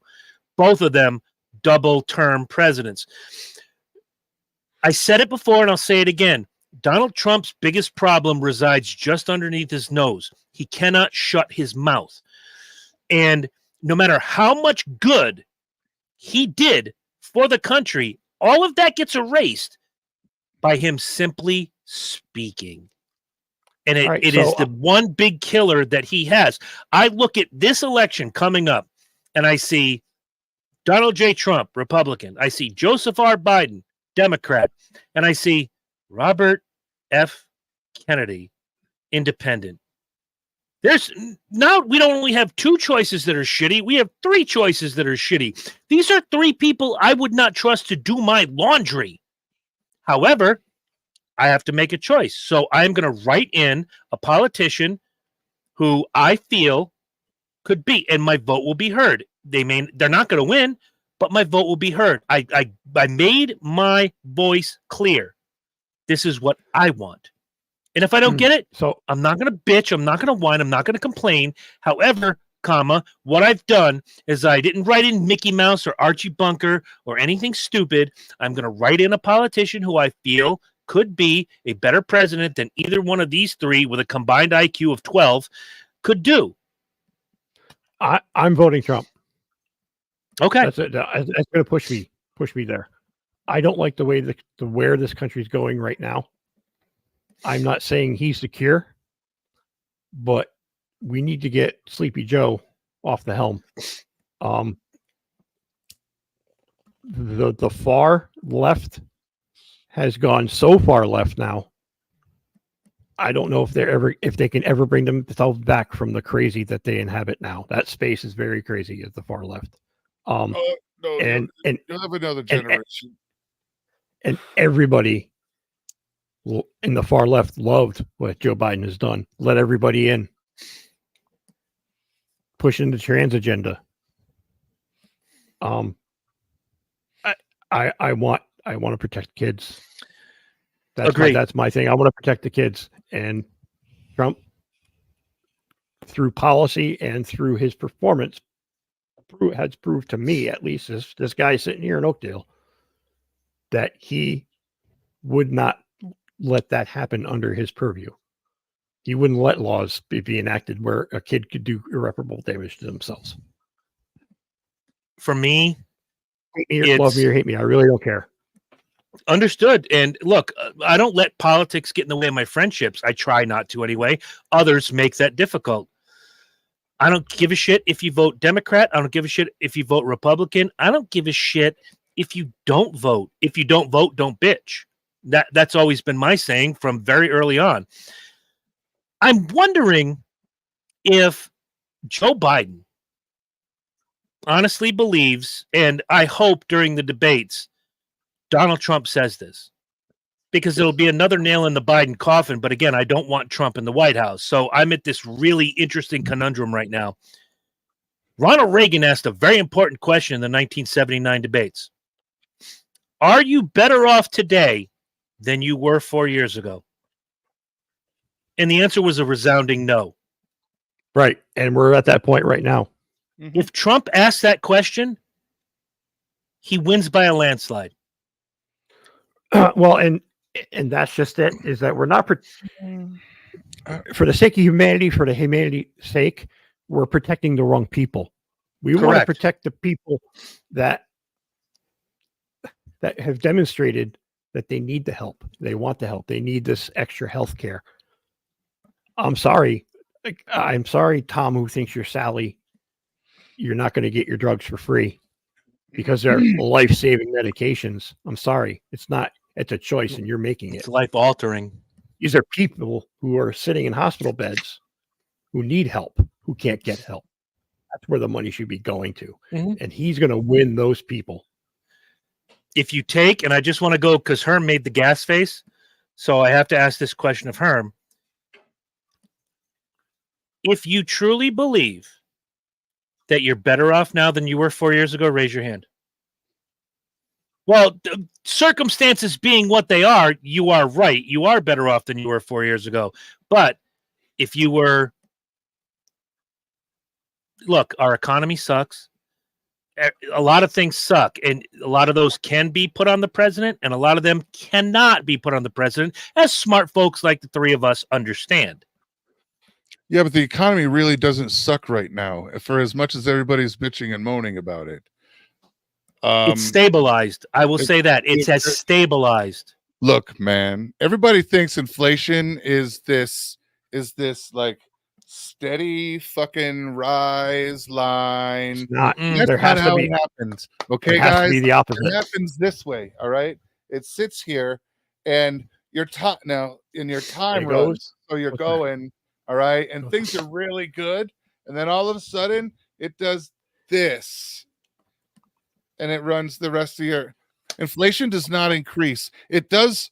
It does proponently over time. When you start looking at it, it is. The problem is that in the short term, and I mean in the 5 to 10 year period, it doesn't do that. It hangs, and then it lays back. It's like a snake in the grass. Unfortunately, this is where we're at, and the way it's leveled out. But everything has come down. Everything is down 8 to 10% than it was 6 months ago. Some of your gas prices may be a little higher depending on your states and how badly they're fucking you with taxes on that. Correct. My prediction didn't come true. By proxy, food prices are technically down for the same amount as they were a year ago. Supply chain issues have leveled out. Things are good, and the economy is relatively stable. And the younger generation actually is making more money according to inflation and the way money goes up. They're making more money than we did at the same age. Right. Well, and you also have to remember what happens with inflation is that your value, what you had $1 yesterday isn't worth $1. It takes more dollars to make that dollar now. Right. Or cents to make it. And they're actually making better money per hour. Correct. Because on this one, yeah. Because their rate of pay is closer to what things cost. That's what happens with inflation. Your rate of pay stays the same, but the inflation rate goes up. Guess what? Your dollar doesn't go as much. And when the gap gets too big, that's when inflation creeps up. And guess what happens during inflation? They do what they call a COLA increase, a cost of living allowance, and you go up a couple percent. And guess what? Your two are almost the same again. If you It's cyclical. if you work for a company that goes by the cost of living adjustment, yes. And I know some companies that don't. No, right now, the economy is doing very, very well. I wouldn't say very well. I'd say it's stabilized. It's stabilized. Comparatively speaking to 4 years ago, it's stabilized. The biggest issue for me, economy aside, it's okay. It's stabilized. It has sucked for coming out of COVID. It just sucked. Oh yeah. But that would have been whether this fucking Mountain Dew bottle was president. It was going to happen. Mm-hmm. The biggest problem I have with the current regime is the fucking immigration issue. We need to shut our borders for a short period of time. We don't have places to put these people, and they're coming over illegally in the thousands at the southern border. Some days to tens of thousands. 1.5 million a month. We need to put a Band-Aid, a bigger Band-Aid on this wound at the southern border. Because it started off as a scab, and that thing is a full-on fucking ulcer now, with people just walking right through it. Texas is the ulcer of our country right now. Texas and California. Yeah. And Florida for a small majority of those coming from the Central American islands like Cuba, Ecuador, Honduras. I think we need to shut our borders down. I think we can all agree. I think we can all agree that the plaque on the base of the Statue of Liberty, and if you've never been there, go to the Statue of Liberty. Read the plaque on the base of the Statue of Liberty. Bring me your tired, your poor, your huddled masses yearning to be free. That's just the first sentence. And there's more underneath it. And I'm sure you could look it up on Google and read the whole plaque that was dedicated in 18 and change. What I want, and I look at a guy that Mike and I knew back in the day. We weren't necessarily friends with him, but his name was Ramon. And Ramon came from Puerto Rico. And Ramon came to this country at first illegally, but got his citizenship, got himself, honest work and an honest day's pay, and unfortunately was murdered heinously because he was a cab driver. But he did things not at first, but toward the end, the right way. You want to come here? I dare say, go to another country that you support, like, I don't know, Gaza, and try to just walk in and go, well, I'm here and I claim asylum. They'll throw you off the top of a building. Go to Greece, which has the strictest immigration laws, and just say, well, I'm here. It's okay. No, because I get that, but you also have to, there's also some math that needs to be done where our entire country was built on immigration, based on that premise. Correct. So, like, there isn't another country they can look around and go, yep, they literally want to build their country with people, and it's us. We're the only motherfucker on the list, and it's beautiful. And I'm not, I'm you know what I mean. I'm not legitimizing anything. All I'm saying is we're the only country that says, yeah, we'll give you a shot. So I understand why they're going in our direction. I do agree that we need to put some sort of flow control or gotta do something, or beef up how we process something. You know what I mean? I got no problem letting them in that fast, but we've got to have a processing center. I'm a firm believer, and you got to have a plan. You got to have to come here with a plan. The plan is send them to a hotel and tell them to report to an office on Thursday. Right. That's what they do. You've got to have a plan to come in. Like, what's your plan? Maybe trying and secure employment. Build a better life for my family. Right. Like, you need a plan. And I think, what is your plan? Because the only plan they're got right now is like, we're here. Help. So I think they need to, you got to come in with a plan. I'm not saying you got to come in with rich. But I think you need to have a fucking plan. I think communicate that plan and have somebody that can back it up. Somebody here that just agreed for a sponsor or something, bro. We have pissed on the term critical thinking because people use it in such outlandish ways. Well, yeah, critical thinking means that you'll listen to what they have to say and then you agree with them. Well, that's their version. Well, right. That's the new version. Here's my version of critical thinking. Someone shows up on your doorstep and they're on fire and they say, "Help me." Yes, you help them. If someone shows up on your doorstep and just without any sort of turmoil, trouble, whatever, help me. Help you with what? You seem ambulatory. You seem fine. Actually, I'd be more inclined to help the person just standing there nice. The person who shows up on fire, I'm going to tell him to get the fuck off my porch before he ruins something on my goddamn house. Get the fuck out. I'd prefer to save the life rather than enrich the life of someone who could, I don't know. I don't know. Maybe you deserved it, but right now you're causing property damage. Listen to you. And this is why Herm is voting for Donald J. Trump. So back up. Are you going to die? I haven't said this in a while. Please don't die. Please don't die. So the people who use the asylum tag are really kind of shitting on people who came here in the late 70s, early 80s, who actually came for political asylum. I know a person who came from Nicaragua, which was in the midst of a civil war, and wanted to get out alive when he was a young lad with his mom. His father stayed behind and then came later. That's a person seeking asylum. Just because I don't like it here anymore. That ain't fucking asylum.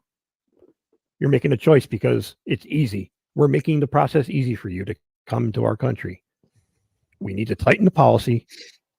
When I say close borders, I mean, let's, like you said, Herm, let's twist the drain to slow the flow.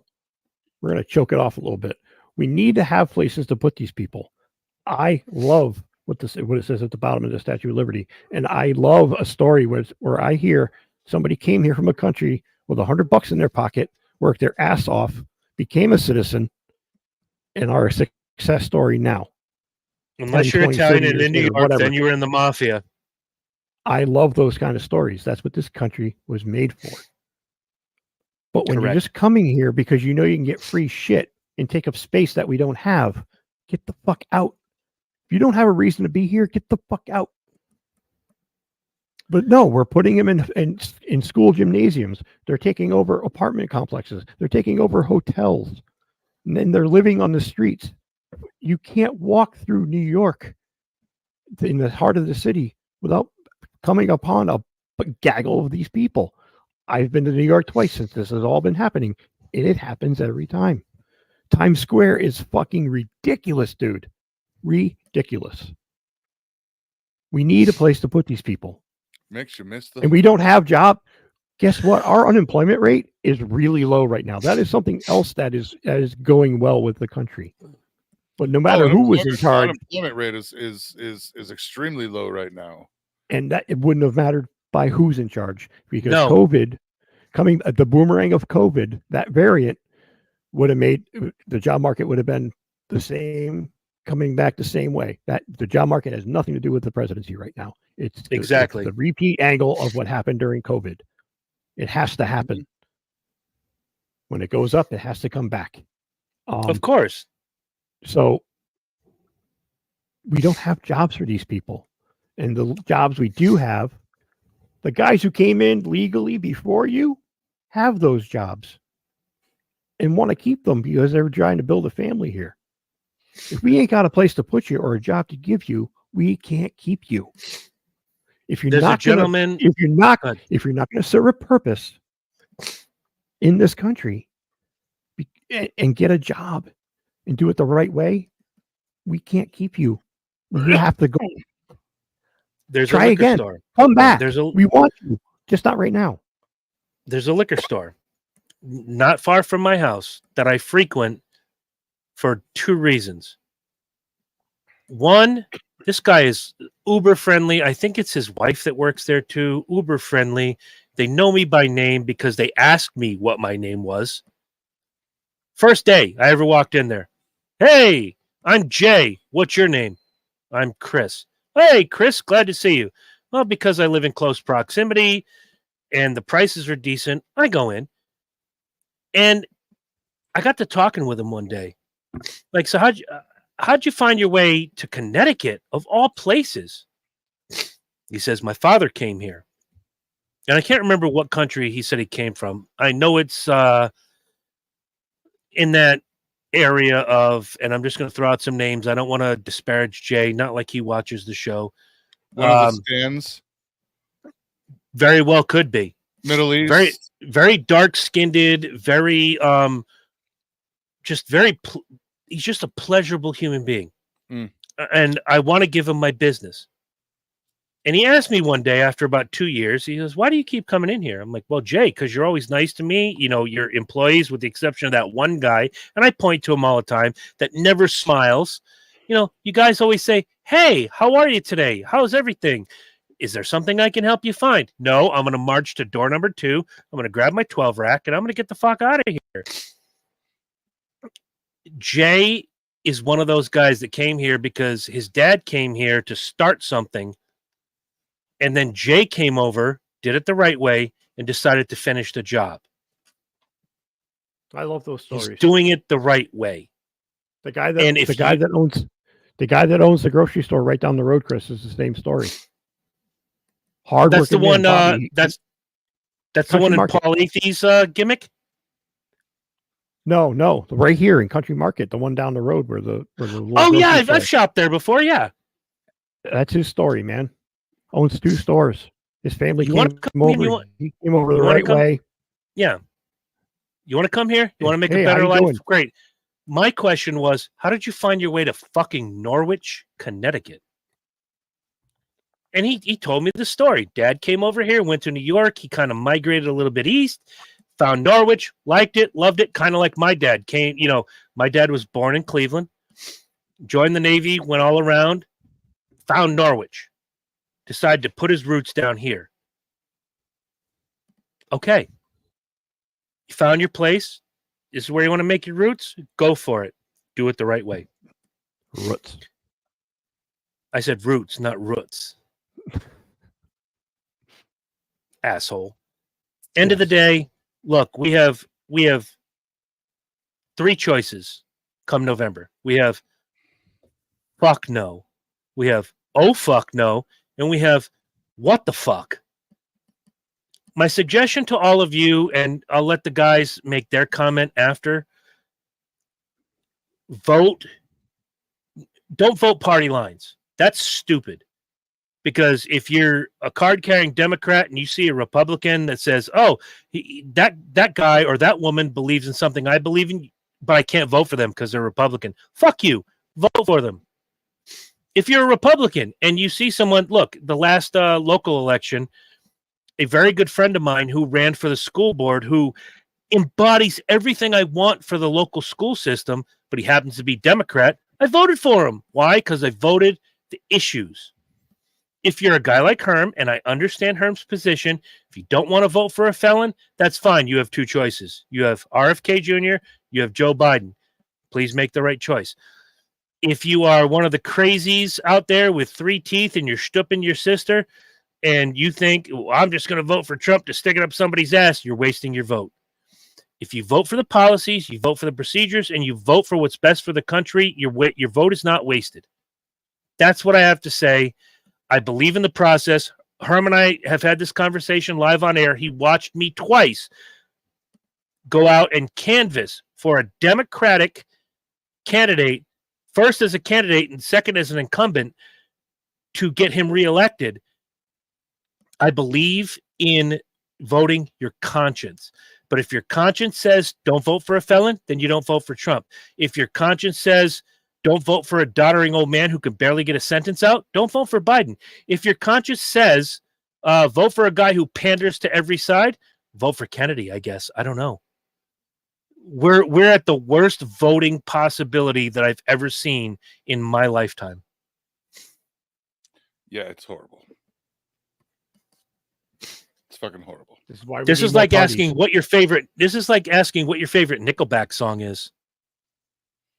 It's fucking terrible. Right? There's two. You said it.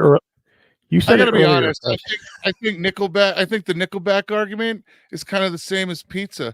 People don't really hate Nickelback, and you know what I mean. People don't. I do, and I have a good reason. I've told you. Yeah, no, I understand. But you know, it's like pineapple on pizza. Like people hate Nickelbacks more so because I think the internet and social media has told them to hate Nickelback than and the same with pineapple on pizza because that shit's pretty tasty. They told me. I told the internet what to think. This is once I'm an influencer because well, you know, people you are part of a very broad brush, but people. yes, no. Not you specifically, but yes, people of your nature. I early on, much like in politics, I early on smelled bullshit, called bullshit, and here we are. When did that album come out? Right after 9/11, so it had to be like 2001 when Silver Side Up came out, and I was like, yeah, there's 2 good songs and 12 pieces of filler. This band blows. And then the next record came out. There was no good songs. Then the next record came out. There was 1 good song and 13 pieces of filler. I was like, nope, had enough. I was the first, one of the first. I won't say the first, but I was the first on the bandwagon of Nickelback blows chunks. Yeah, I like Nickelback. That's all right. You like, you don't like ketchup on hot dogs. It's all good. To each their own. Yeah, I don't. To each their own. Some people don't like. I had somebody who has the culinary palate of someone who thinks Taco Bell is fine Mexican food. Tell me that pineapple doesn't go on pizza. I'm like, no, pineapple doesn't go on your pizza. And that's what politics is. It's what goes on your pizza. What do you want your pizza to look like? At the end of the day, Lynch has already said his pizza is voting for Donald Trump. I'm not going to commit myself to an answer right now. I'm going to wait for the debates. If Kennedy's involved, now there's your 3 candidates. I already said I'm going to write somebody in. And when it comes to crunch time, Herm, write it down like you did with Haley Deegan. Yeah. The week before the election, I will tell you who I'm voting for as a write-in vote. They will not win, but they will at least have my vote. I remember you said it earlier about like if I ran for president because I know what it's like to be the common man. Why do we not have those candidates? Funding. Money. Funding. And I think guys like you, me, and Herm. Funding to get a message out to enough people to believe in you. And that's the problem is that something like that, I shouldn't have to spend a lot of money on. I have the freedom of speech. And if I can convince if we, the people, can convince the right people to broadcast that message, I think we'd be somewhere in 30 years. We may not, in our lifetime may not see it. We in our lifetime may not see it. But before we go, I have an idea. I hope for a future where guys like us can be president. Here's what I'm saying. We have from now until 2028. Let's start the internet campaign. Herman Lynch 28. We're going to get you guys in the White House. I don't care who is the president. I don't care who is the vice president. All I want is to be Secretary of Defense. Herm's the president? Yeah, Herm's the president. That because he'll get shot within the first week and you'll be the president. No. Have you met Herm? He makes his points a little bit more fast and poignantly than I do. You'll still end up president. He'll get shot. All I want, President Herm or President Lynch, I want to be Secretary of Defense. Please, please, please, please, please. Yeah, I hear you get a cool office. That's all I want. You hear the drums for the last 2 minutes. We have to get out of here. We love you. We thank you. If you have any comments, throw them in the comment section, and be sure to tune into the Speedway Review tomorrow night, where there will be a burning down the house. And also, hopefully, I'm sending the message tonight, put up your dukes. And next week, Dysfunction Junction, is going to have a new segment. Get ready for it. Good night, guys. We love you. You are? Yes. Yes. I'll show you.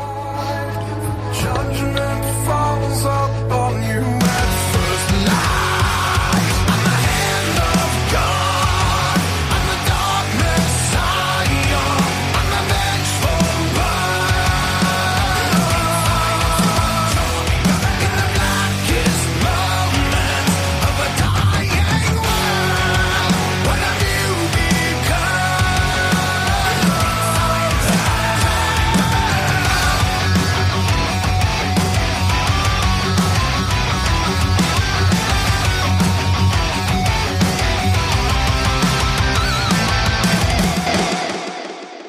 There's only one man that can save this country. So when you get out there in November, vote Jesse Ventura. Ooh. Let me tell you something about the Navy SEALs, brother.